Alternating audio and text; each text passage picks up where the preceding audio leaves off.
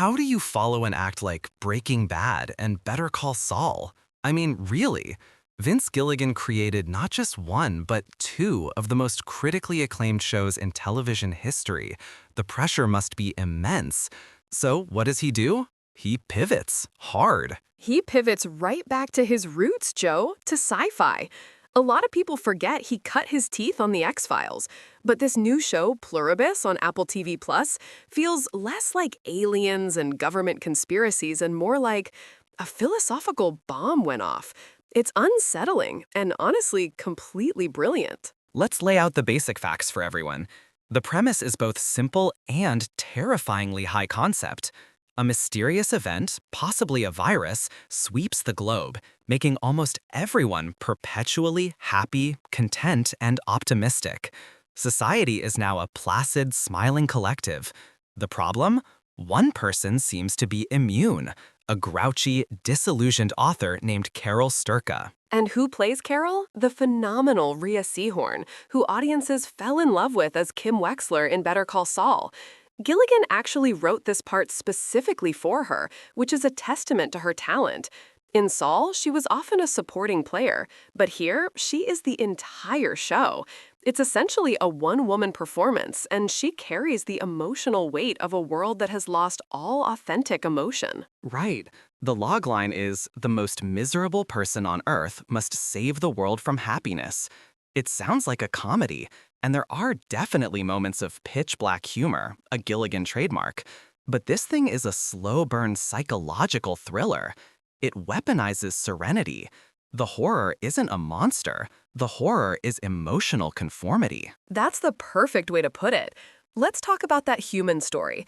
Carol isn't just a random grump. She's a successful author of historical romance novels, a series she secretly thinks is mindless crap.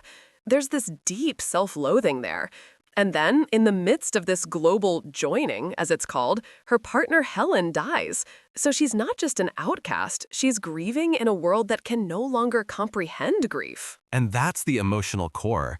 Seehorn has to portray rage, confusion, deep sorrow, and sarcastic wit, sometimes all in one scene, while acting opposite people who are essentially serene zombies.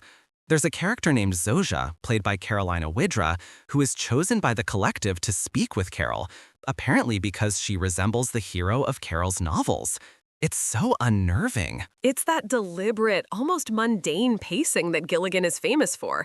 Remember those long montages in Breaking Bad of Walt cooking meth?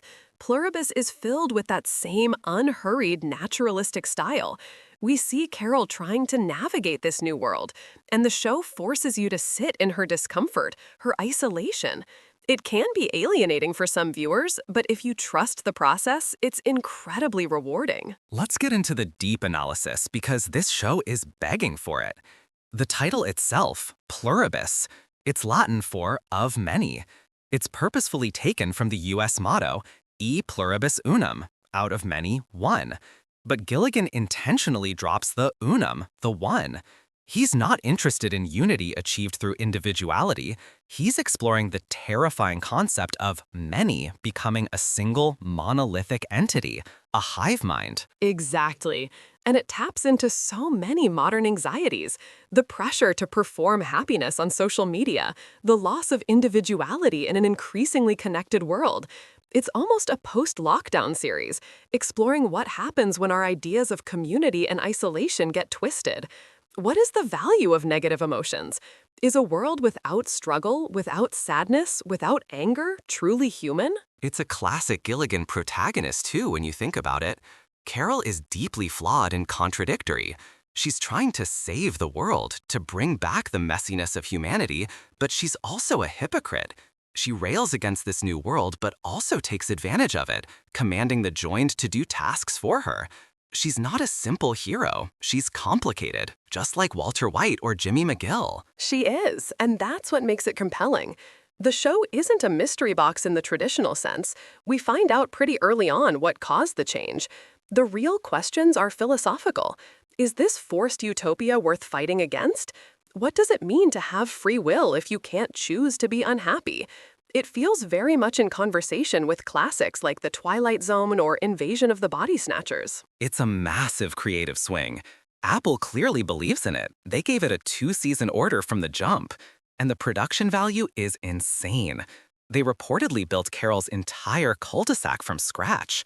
Gilligan is back in his Albuquerque, but the story becomes global in scale. Which brings us to our final reflection.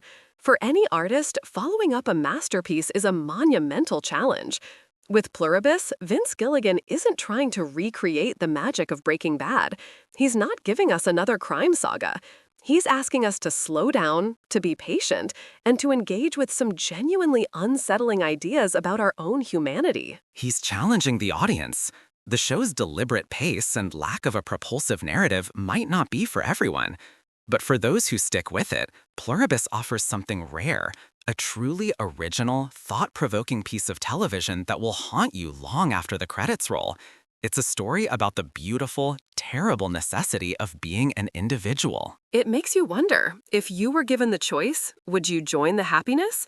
Or would you choose to remain yourself, flaws and all? That's the question at the heart of it all. This podcast combines verified reports with expert analysis and narrative storytelling. Some dialogues may be dramatized for clarity, but all facts are sourced from credible media.